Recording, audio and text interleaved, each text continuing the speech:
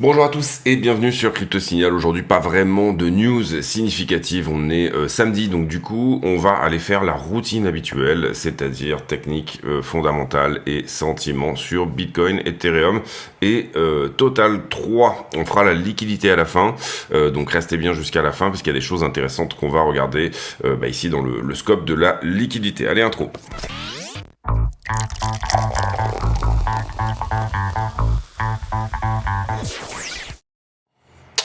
Alors, Bitcoin face au dollar, et on est ici en 4 heures. On a toujours une 4 heures, on va dire daily, qui est haussière, ok.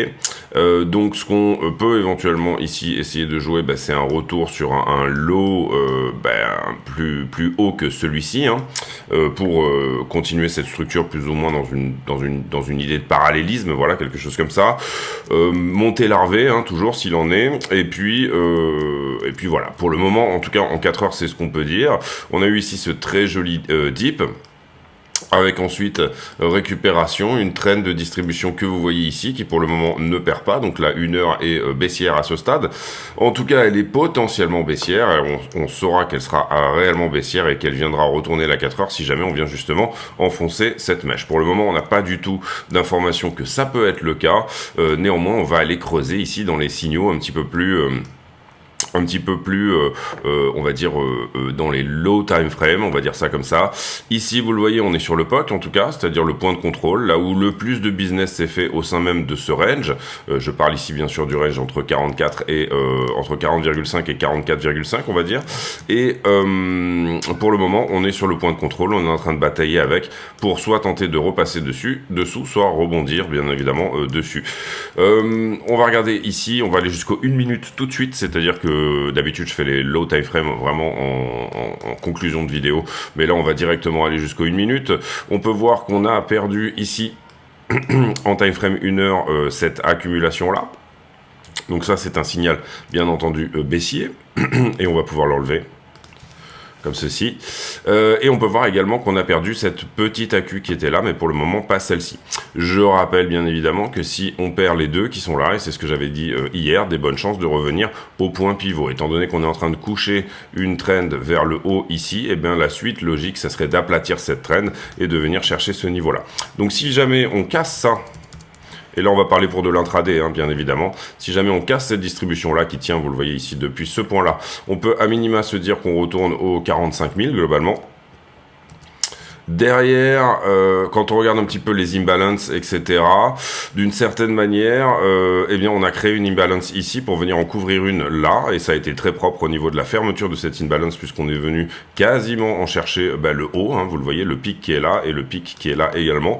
Donc ça, c'est plutôt propre, je dirais, pour éventuellement retourner tout simplement dorénavant dans celle-ci, pour essayer de la couvrir, d'accord? À minima, celle-ci. Petite time frame, on va chercher celle-ci. Plus grosse time frame, on va éventuellement chercher celle-là. Donc pour moi, c'est relativement baissier, sauf si on casse ça. Auquel cas, on viendra potentiellement chercher ça sans trop de problèmes et éventuellement attaquer ça backside, c'est-à-dire attaquer 45,4. Ne pas sous-estimer une forme de résistance qui pourrait avoir lieu autour des 45,2 également. Et quand on va regarder la liquidité, on va voir qu'il y a quand même pas mal de choses au-dessus. Donc on peut également sortir cette trend-là. Pour le moment, on va dire qu'on peut éventuellement regarder, on va regarder ici si ça s'aligne à peu près, mais je pense que c'est pas le cas. Non, on peut plus peut-être regarder quelque chose comme ceci. Voilà, modifier un petit peu cette trend, mais là on est quasiment en train de la perdre, donc je pense pas que ça a un intérêt énorme. En tout cas, on continue dans une forme de triangulation, c'est-à-dire que ici, vous le comprenez, la structure qui ne sait pas trop quoi faire, au sens où elle compresse, au lieu de faire des plus bas ou des plus hauts, eh bien, elle nous donne un triangle, ce qui est relativement fréquent. Relativement fréquent souvent avant range ou continuation, donc ça veut dire que ici on en rentre par le bas dans ce triangle, donc soit c'est une continuation par le haut, d'accord, soit range, c'est-à-dire qu'on viendrait éventuellement du coup prendre ce point là pour ensuite se faire rejeter et à minima se balader entre, pour le coup, un range intermédiaire qui se trouverait entre 45 et 42,5, quelque chose comme ça. On fera le fonda tout à l'heure, hein, c'est pas la peine ici je pense de trop insister. On va redescendre encore dans les time frames, on est toujours donc dans une compression également sur la 15 minutes. Est-ce qu'on a des niveaux intéressants à regarder? Hier on avait mis en avant ces deux niveaux en 1 minute, ici celui-ci le blanc et celui-ci. Ça a pas trop mal joué à part cette grosse déviation ici. Mais vous voyez qu'on rebondit sur trend.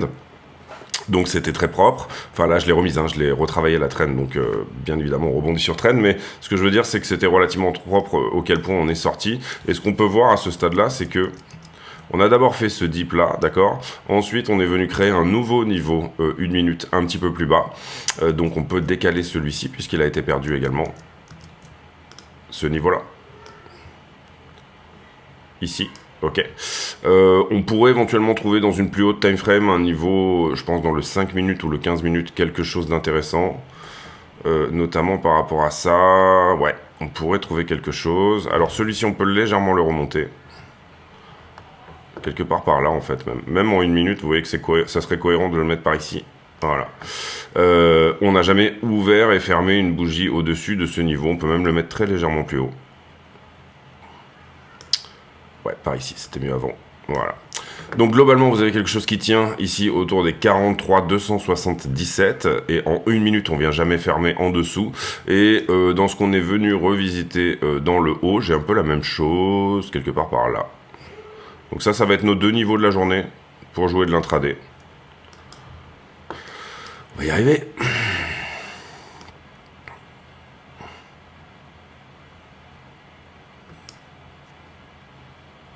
On va le monter un petit peu. Voilà. Ne tenez pas compte du point blanc ici, c'est le point de contrôle de ce qu'on regarde, donc du coup voilà.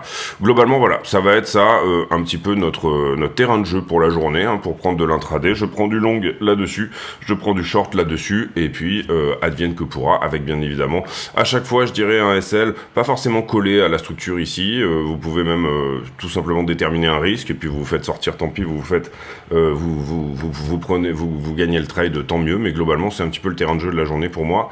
Ici on a cette trend là d'accu qui est pétée, cette trend de distrib pardon qui est pétée, ici une petite trend à l'accumulation, structure un petit peu bearish, c'est-à-dire cette petite montée un petit peu larvée là ici qui accumule du stop longueur, on peut penser qu'elle va venir nettoyer ses longues et justement nous donner notre fameux point d'entrée autour des 43,2. Encore une fois on est mid-range mais ça n'empêche pas de jouer de l'intraday.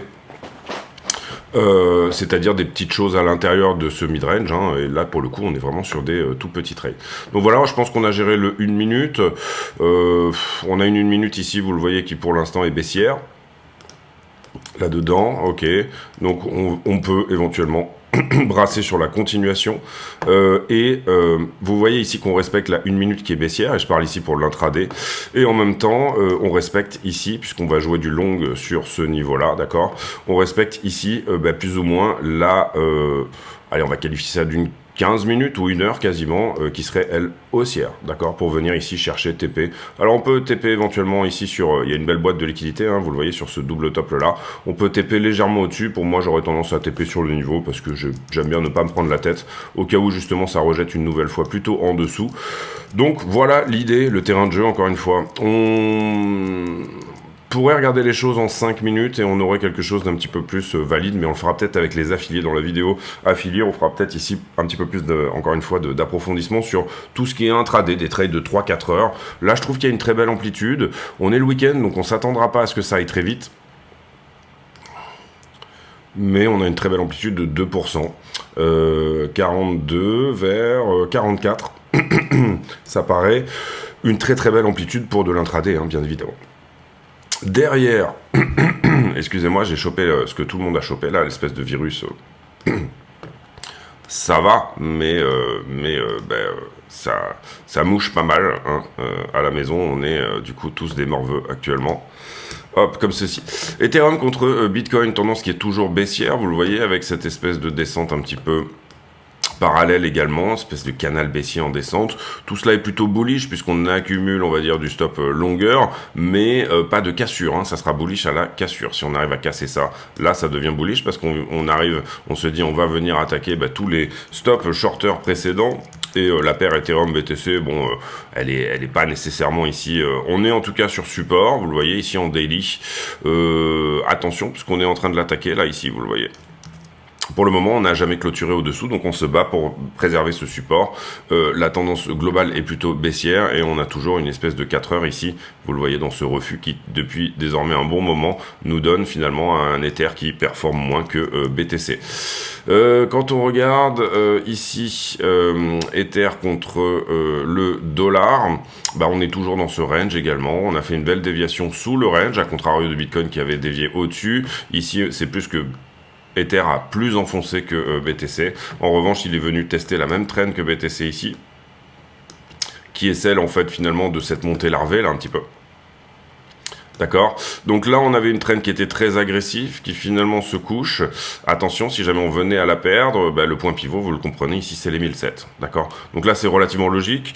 Se dire que on perd le momentum globalement en fait finalement, et c'est pareil pour Bitcoin. Hein. Je vais y arriver. Se dire qu'on perd le momentum de cette montée larvée là revient à se dire que on va attaquer sous la structure. Ok. Et sur Bitcoin, c'est la même chose. Et ça revient ici à la même idée, c'est-à-dire j'avais ici une trend qui était plutôt agressive, comme ceci. Je la couche. Si jamais j'en venais à coucher la suivante, à ce moment-là, c'est un retour aux 1700 $ pour Ethereum. Et sur Bitcoin, c'est un petit peu le même délire. On applique les points pivots ici, mais sur des timeframes un peu plus grandes. Globalement, j'avais une trend qui ici était un peu plus agressive. On va la noter ici peut-être comme ça, voilà. Elle a été perdue. Derrière, je viens à retester exactement la même trend qui est celle de cette montée larvée, on va l'appeler comme ça. Si jamais je venais à la perdre, encore une fois, ici, c'est une target autour de 32K qui s'active. On en a d'autres hein, sur la route, mais voilà, c'est comme ça que je vois les choses personnellement.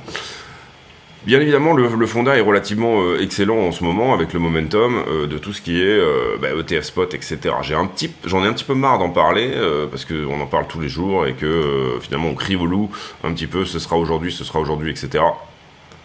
Pour le moment, moi, ce que je regarde et ce qui m'intéresse, c'est le Total 3, donc les altcoins contre BTC. Et là, vous voyez qu'on continue cette distribution. Comme ceci, on perd l'accumulation rouge, hein. Ici on avait eu juste une mèche, et hier j'ai dit attention, on est en train de batailler avec ça, on est peut-être en train de le perdre, et là vous voyez que effectivement ça a été perdu. Donc on est sur une structure de distribution sur les alts par rapport à BTC. Sous-entendu, eh bien on pourrait éventuellement ici... schématiquement enclencher une 2 et pour le coup enclencher une 2 ça voudrait dire éventuellement revenir sur des niveaux tels que les 320 milliards. Ici on est à 384. Comprenez bien que ça dépend des alts. Celles qui ont très bien performé devraient corriger plus, celles qui ont un peu moins bien performé devraient corriger moins, mais ça nous donne à ce stade à peu près une baisse de 14% sur le total des alts si jamais on rentre là-dedans, d'accord. Relativement cohérent de venir faire une 2, bon là du coup on n'est pas sûr que c'est le cas, on a juste une perte de trend pour le moment, mais relativement cohérent quand même de souffler un petit peu sur les alts contre Bitcoin. Ici on peut se demander aussi, les alts étant plus risqués que Bitcoin et Ethereum également étant plus risqué que Bitcoin,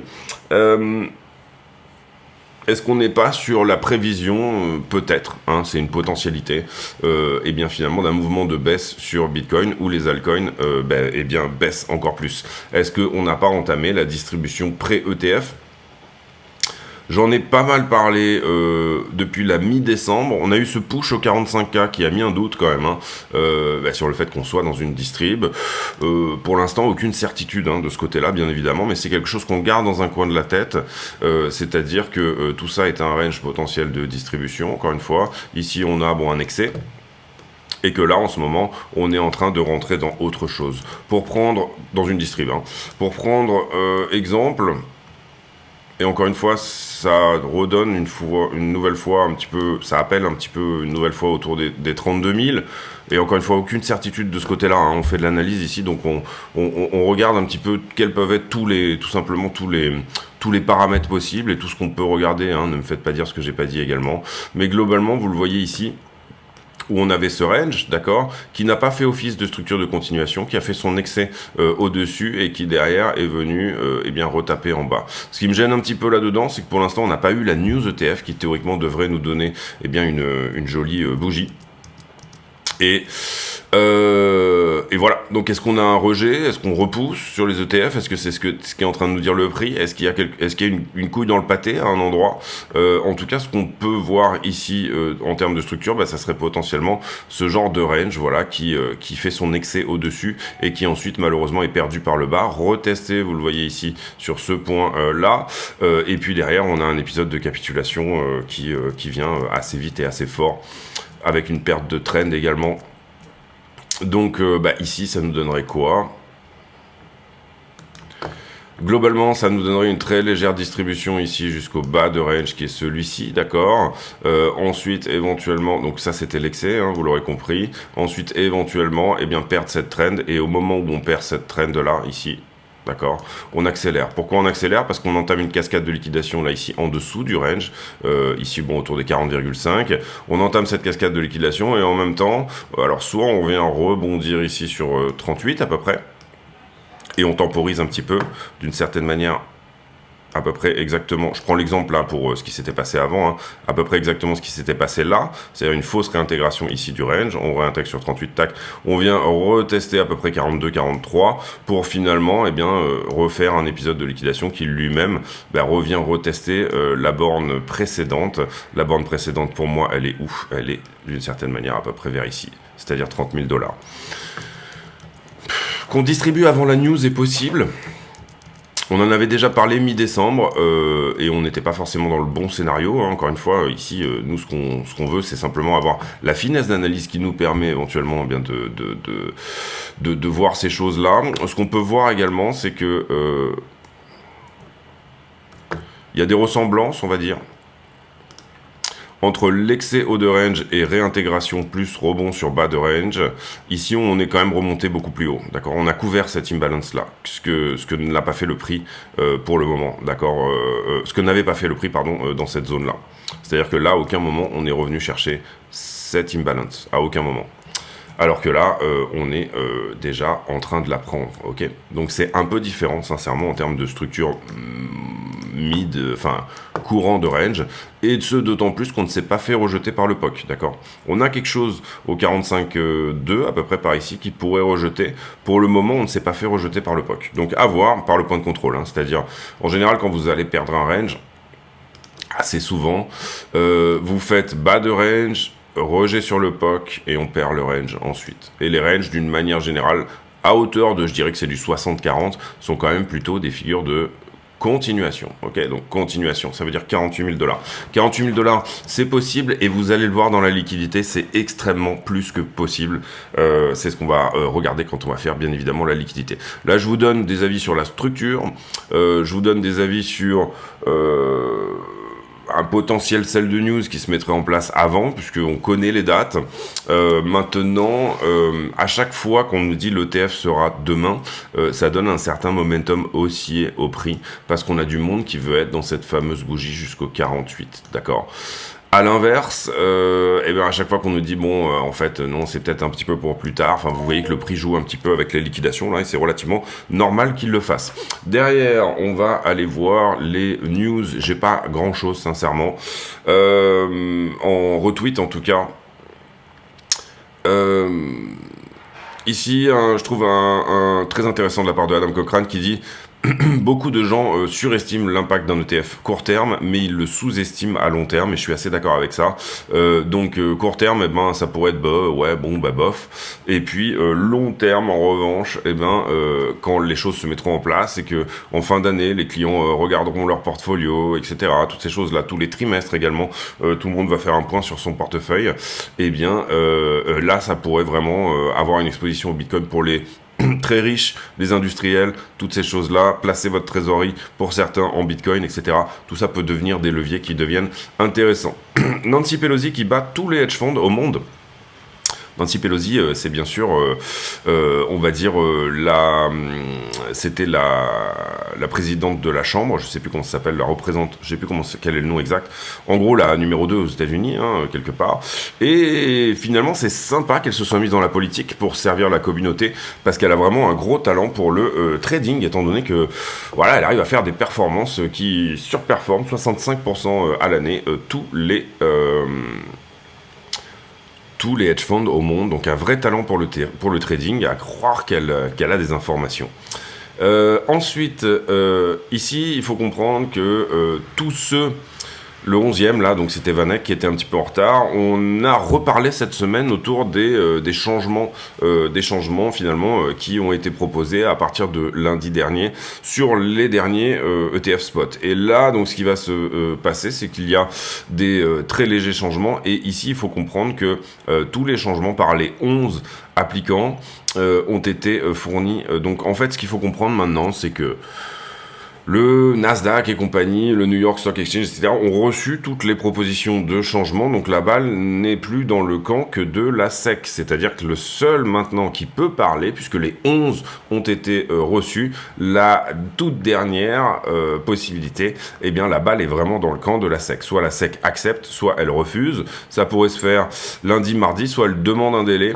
On aura éventuellement jusqu'au 10 janvier, qui est la deadline en ce qui concerne ARK 21 Shares. Ici, très bon thread de Tony Anthony qui dit on a changé les modes de calcul par rapport au chômage aux États-Unis. On a eu des infos hier sur le chômage, vous vous en rappelez. Et en l'occurrence, ici, ce qu'il faut comprendre, c'est que eh bien ça pipe un peu les chiffres, hein. C'est un petit peu comme l'inflation, hein. Le mode de calcul a changé cette année aussi, j'avais fait toute une vidéo là-dessus. Et donc du coup, voilà, c'est intéressant. Donc ça veut dire, est-ce que les dés ne sont pas pipés? Est-ce qu'on n'est pas plutôt autour des 6% de chômage aux États-Unis que des 3,7%, étant donné qu'on a enlevé une grande partie des demandeurs d'emploi de l'équation? On passe ici sur Wall Street Journal où on n'a pas grand-chose. Ici, on passe également sur Journal du Coin, sur The Block.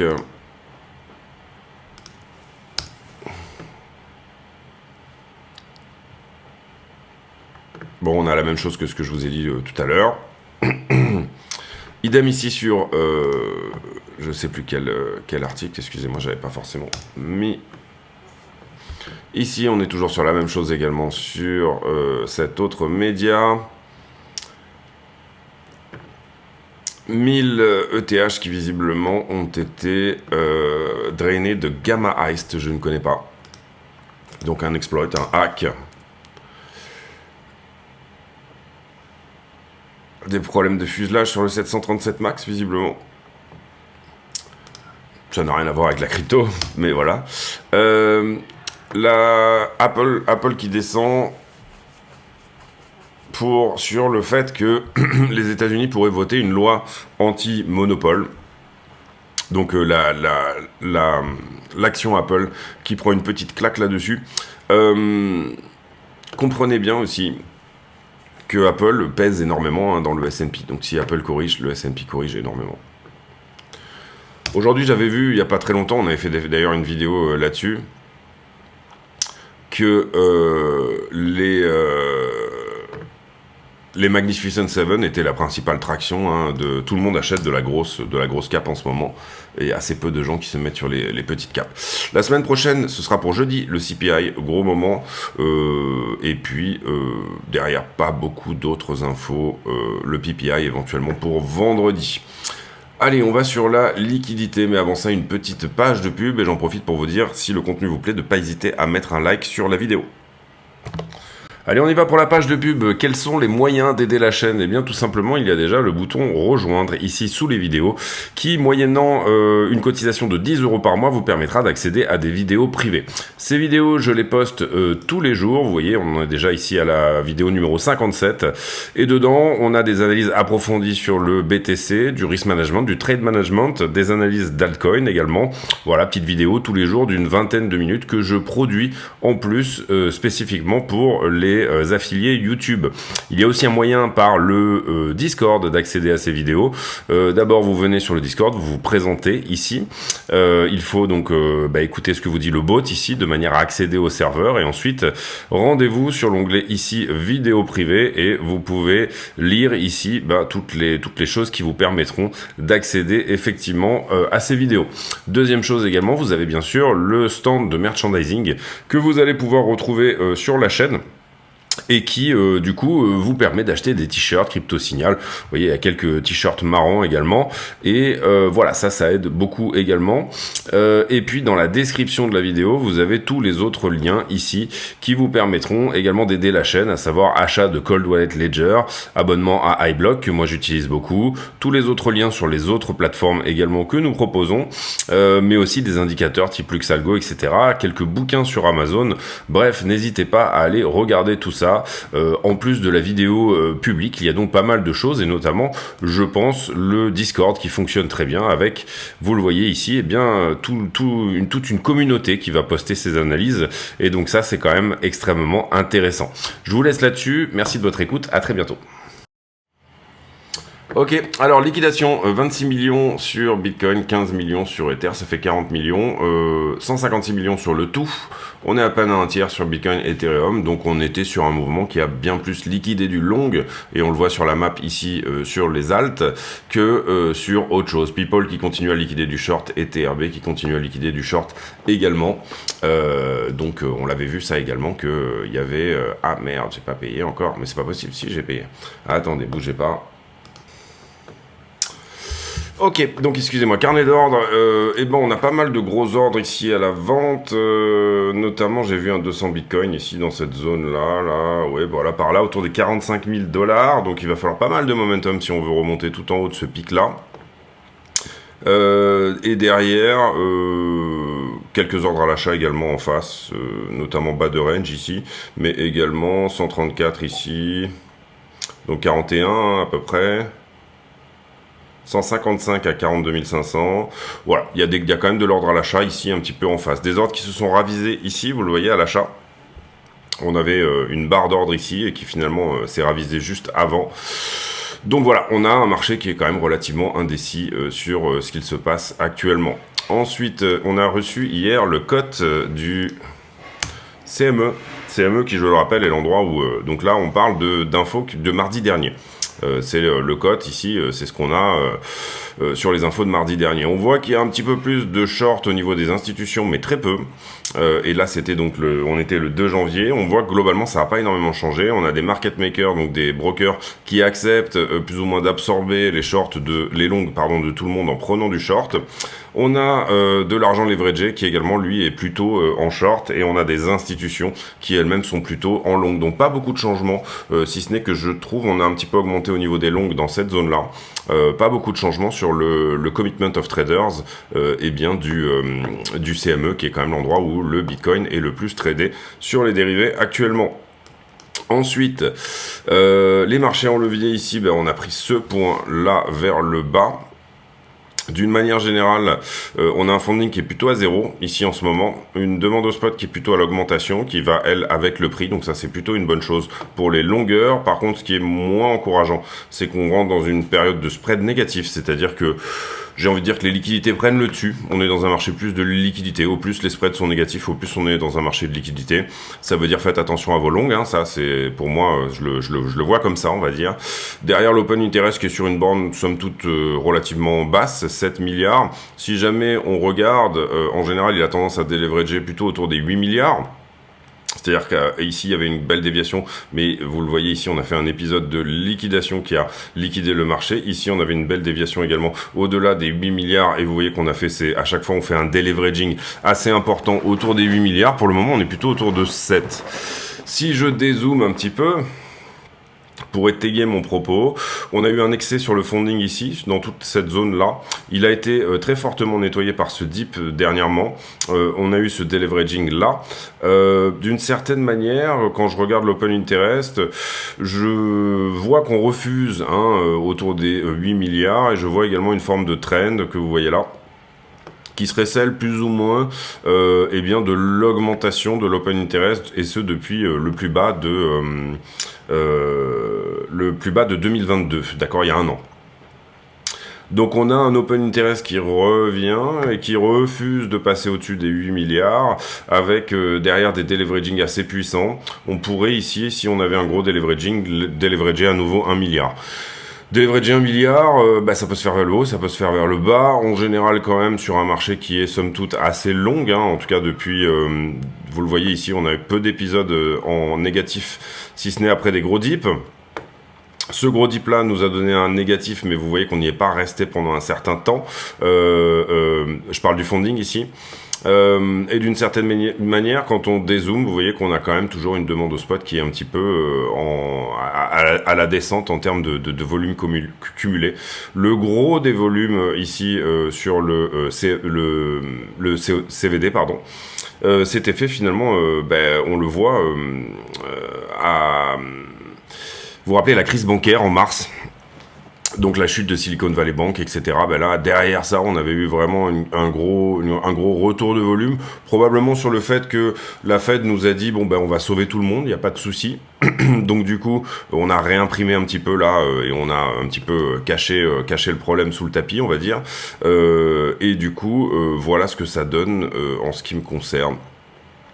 Donc d'une certaine manière, on va regarder le prix en face. Vous voyez qu'on a beaucoup de liquidation à prendre en bas. On a encore de la liquidation à prendre ici en haut, et ce jusqu'à à peu près 48. Et potentiellement derrière, on a un trou autour des 48. Mais ça tient au fait que je pense qu'on fait l'analyse sur Coinalyse depuis plus ou moins ces zones-là. Donc ça, c'est relativement normal. Il faudrait aller voir un petit peu dans le temps en arrière. Mais d'une certaine manière... Si on devait déleverager très fort, ça serait potentiellement 32, voire 27, pour aller prendre 1 milliard, 1,5 milliard de liquidation. Voilà, ça pourrait nous donner ça. Maintenant, encore une fois, le fonda est très bon. C'est pas grave, on sauvera ici plus tard. Le fonda est très bon, encore une fois. Enfin, on est toujours sur le momentum de l'acceptation d'un ETF spot. En ce qui concerne les bulles de liquidité...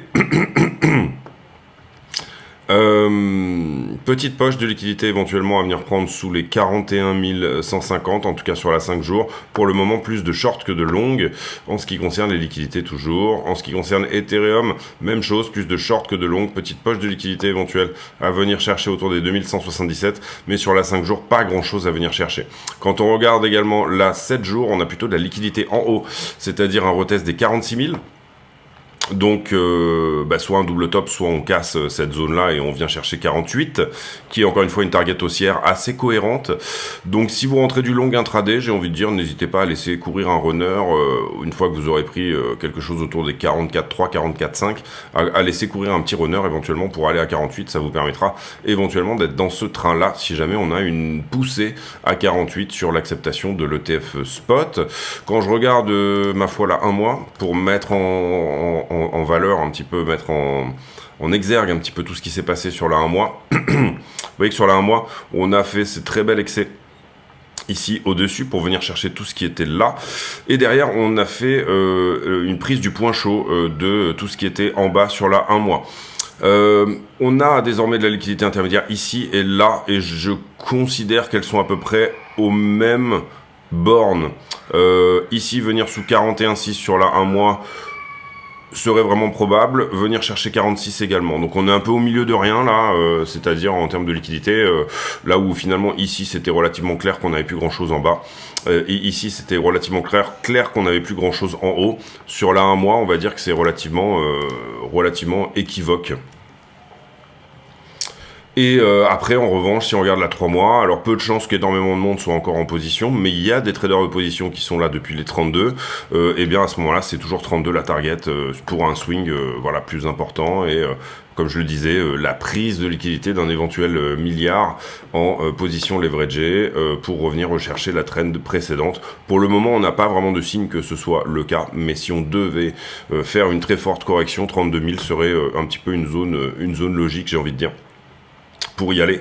Ensuite, Ether sur sa 7 jours, beaucoup de liquidité à 2320 je trouve, donc soit on laisse gagner ces shorts là sur Ether et on vient revisiter finalement 2135 quelque part dans la mèche qui est là. Auquel cas, on restera dans ce range potentiellement pour entre 2000 et 2005, soit, on a un petit squeeze qui va s'entamer sur Ethereum peut-être ce week-end pour aller chercher 2350. On revient sur le prix, on fait la conclusion de cette vidéo. Donc je vous ai déjà donné pour une bonne partie le terrain de jeu, hein, du coup les deux niveaux, alors pour de l'intraday vous allez chercher des niveaux en 1 ou 5 minutes, globalement ça se passe là-dedans, globalement également on voit quand même qu'il y a cette petite trend qui pour le moment tient, hein, vous voyez quand on a commencé la vidéo, je pense qu'on devait être par ici, et là on a pour le moment quelque chose qui semble vouloir tenir, si on repasse ça, et du coup c'est retour en haut de range, sans passer par le bas, haut de range d'une minute. En revanche, si on se fait repousser par un niveau, et là en l'occurrence, j'essaye de trouver un niveau qui pourrait repousser dans cette zone-là, le POC peut-être, hein, sur ce qu'on regarde, là, on regarde la structure une minute, il faudrait même la zoomer, garder que le range ici, je pense que le POC ici pourrait être intéressant, c'est-à-dire, là vous le voyez en fait, si je prends que cette structure-là, le POC est descendu et on est là actuellement dessus. Donc, soit on se dit, bon, ça c'était une petite déviation sous le POC et puis là derrière en fait ce qu'on revient chercher c'est éventuellement ces niveaux là, donc la liquidité qui se trouve peut-être ici, tout à fait possible. Soit à l'inverse, et c'est mon cas, il fallait shorter ici ce niveau là une minute pour tout simplement aller rechercher ça. Pour le moment en tout cas on a ça qui tient. Les plus fébriles, les moins courageux, enfin on va dire ça comme ça, pourront tout simplement sortir sur la base de la perte de cette trend-là. C'est-à-dire, moi, si vous voulez y aller en une fois, vous vous rendez compte que dans votre intraday, ça tient la trend qui est celle-ci, à ce moment-là, vous descendez petit à petit votre stop-loss sur la structure.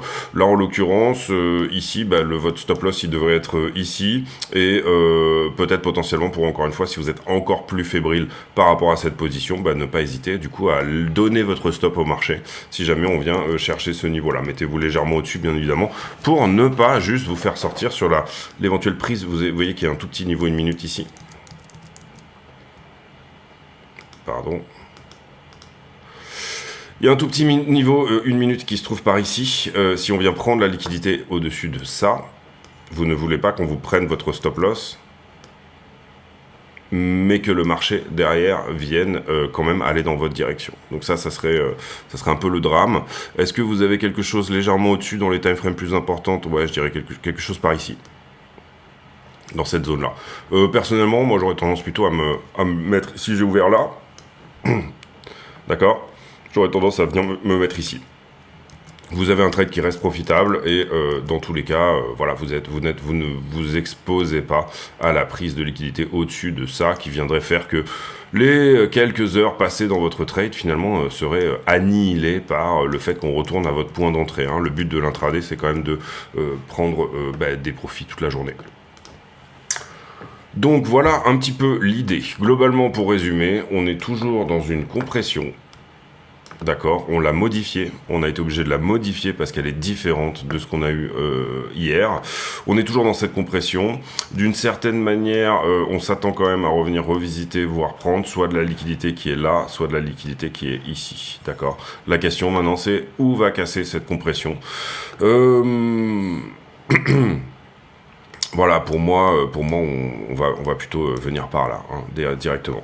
La question, donc ça c'est mon scénario privilégié encore une fois, normal puisque c'est celui que je trade également. Derrière, on a bien couvert encore une fois cette imbalance là, la question étant maintenant, est-ce qu'on n'aurait pas un petit tour à venir faire dans celle-là? Je pensais qu'on le ferait avant, mais est-ce qu'on n'a pas un petit tour à venir faire là-dedans?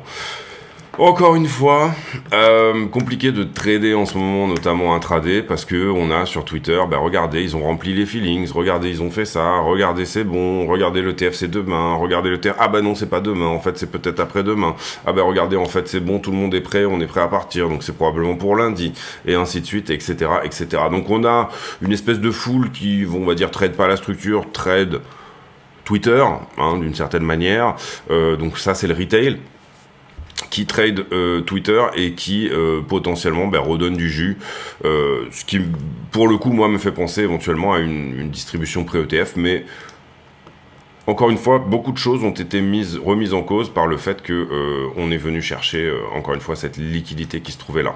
Donc là, oui, on a sorti du short, et ça, c'est plutôt une bonne chose. Maintenant, quand on regarde les liquidations à prendre, on va dire que sur la semaine, j'ai plus de choses à prendre ici que ici. Parce que cette mèche-là est très rapide et très belle, et on a laissé peu de temps, sauf à ceux qui avaient joué le range directement, on a laissé peu de temps aux longueurs de rentrée. Ça, c'est important. Et puis, donc ça, c'est sur 7 jours. D'accord. En revanche, vous le voyez, quand on regarde un petit peu comment s'est positionné le marché sur les 3 derniers mois, eh bien, on a plus cette impression que ceux qui ont joué le trade ETF sont en train de distribuer là-dedans. C'est une impression, encore une fois, ce n'est pas une certitude. Mais quand je regarde soit la 1 mois, soit la 3 mois, en termes de liquidité, eh ben, la grosse liquidité, elle est là. Ok, donc ça c'est pour 1 mois, 3 mois. La question étant, est-ce qu'on vient nettoyer la 7 jours ici en haut avant de faire le move 3 mois? Et on va dire, je dirais que la liquidité, là je voulais monter à 32, mais on a aussi un petit cluster ici vers 37. Donc est-ce qu'on vient renettoyer une nouvelle fois au-dessus pour venir faire le vrai move plus tard? Renettoyer au-dessus, ça veut dire accepter l'ETF et ne pas monter nécessairement, enfin monter à 48, voilà. Et derrière, on a le vrai mouvement pour nettoyer toute la liquidité en 3 mois.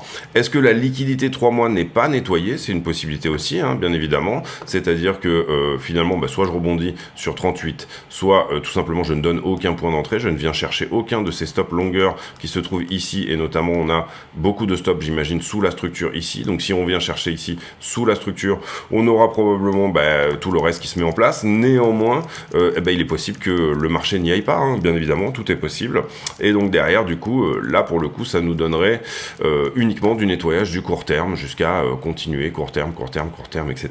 Cela dit, je pense que cette montée ici, sans correction majeure, notamment pour moi, depuis 27, hein, finalement, doit à un moment donné venir temporiser. Et pour moi, la temporisation doit se faire à 32. Maintenant, il est possible que ça ne soit pas ce que nous donne, entre guillemets, la structure également.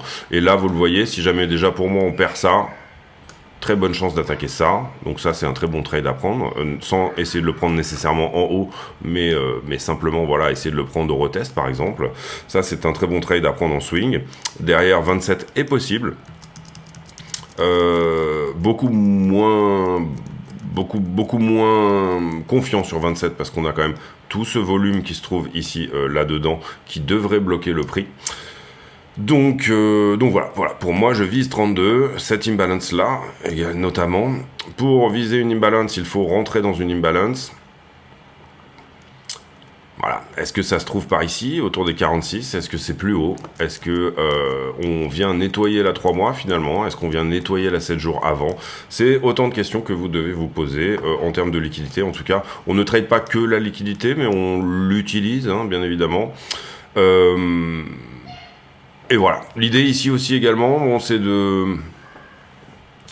Je pense que beaucoup de monde est en train de jouer, mais ça se voit pas trop sur la 7 jours, et ça c'est plutôt rassurant pour les longues. Beaucoup de monde en train de jouer la tentative de longue dans ces zones-là pour éventuellement pousser à 48. D'accord. Pas mal de monde en trade court terme devrait potentiellement placer ce trade. Une des grosses questions qu'on peut se poser, c'est est-ce que ce trade va réellement arriver? Est-ce qu'il va prendre court? Ou alors est-ce que finalement c'est pas ce qui s'est passé là? D'accord. Est-ce que l'ETF est pricé? Voilà, finalement c'est ça exactement ce qu'on peut se poser comme question. Est-ce que l'ETF est pricé? Ou alors est-ce que sur une base d'acceptation de l'ETF, on monte à 48? Si l'ETF est pricé, on a juste sorti les shorts avant de faire le vrai mouvement ici. C'est-à-dire pour l'instant, ça distribuera ad vitam aeternam sur 44, 44,5. Donc, impossibilité de passer ce niveau parce que c'est un niveau de distribution substantiel. Ou alors, à l'inverse, si l'ETF n'est pas pricé, pour le coup, la bonne zone d'ouverture se trouve entre 48 et 52, et à ce moment-là, possibilité de ne pas corriger cette structure, ne pas venir prendre cette imbalance, en tout cas pour le moment, pour moi, voilà, je vise 31 depuis déjà un moment, parce qu'on n'a pas corrigé 31, on n'a jamais corrigé. Cette montée me semble larvée, elle est pleine de divergences. Donc pour moi, l'acceptation de l'ETF sera une news baissière. Est-ce qu'on distribue avant? Est-ce qu'on est déjà dans cette distribution-là? L'excès ici au 45 fait penser que non. Mais néanmoins, ici, vous le voyez, cette espèce de grosse mèche de 10% fait penser que oui. La correction des alts fait penser que oui. Quand vous avez quelque chose, la chose la plus risquée qui va venir à corriger, vous pouvez vous dire, comme c'est l'asset le plus risqué, c'est celui qui va titiller plus vite, c'est celui qui va répondre plus vite, et les alts en ce moment corrigent. Donc du coup, est-ce qu'on serait pas dans une distribution plus importante? C'est la question que je me pose, sans avoir aucune certitude que c'est le cas, donc en maîtrisant mes positions, et encore une fois, ne mettez pas la maison sur un scénario. L'idée ici, ça reste de prendre des risques qui sont maîtrisés et essayer de jouer les choses qui ont le plus de retour sur investissement, de risk management gagnant. Donc pour le moment, moi, je joue plus de l'intraday, voilà, on va dire dans les petites journées, on va dire, je vais plutôt m'amuser avec de l'intraday. Je vais plutôt ici aller essayer de chercher un runner vers le bas. Pour l'instant, j'ai le bon short pour aller chercher ce runner vers le bas. Malheureusement, j'ai pas le bon long. J'aimerais bien l'avoir ici, peut-être dans cette zone, pour éventuellement, par exemple, le retest de cette trend-là, si jamais le prix veut bien y aller, ici, par exemple, pour du coup, éventuellement, avoir un trade en position qui, lui, ait déjà pris ses TP, etc., qui soit totalement dérisqué et qui m'offre la possibilité d'un runner pour aller chercher, grâce à un intraday, un swing plus important pour une target de 48, et si derrière c'est pris, c'est pas grave. Donc voilà un peu ma manière de voir les choses actuellement, c'est-à-dire je n'ai aucune certitude de là où va le prix, donc j'ai envie de hedger dans les deux sens au travers de ce range.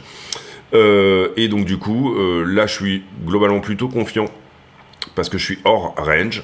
Même si, on l'a vu dans la liquidité, ça peut pousser à 46 et me sortir. À ce moment-là, je referai une ouverture de quelque chose autour de 46-47. Même si également, on l'a vu dans la liquidité, finalement, la liquidité intermédiaire sur la 5 jours, en tout cas, nous offre assez peu de chances de venir chercher que ça. Donc ça, c'est quelque chose où il faudra faire attention sur la taille de position qu'on va ouvrir ici. C'est que ça fait moi ça fait un petit moment quand même que je suis baissier. Pour le moment on latéralise, donc ce qu'on essaye de faire en fait c'est choper le truc qui peut nous emmener en bas. Pour le moment à chaque fois on prend nos TP intermédiaires mais on se fait sortir sur le runner. Ici on a fait la même chose, on a pris nos TP intermédiaires. Peut-être que cette fois-ci, on a une chance de ne pas se faire sortir et d'aller chercher notre runner plus bas. À un moment donné, on aura aussi la confirmation qu'on peut rajouter sur ce short-là, si jamais on perd cette grosse trend et qu'on vient la retester avec un retest réussi. Là, pour le coup, on pourra éventuellement prendre 40 vers 38 et voir 40 vers 32.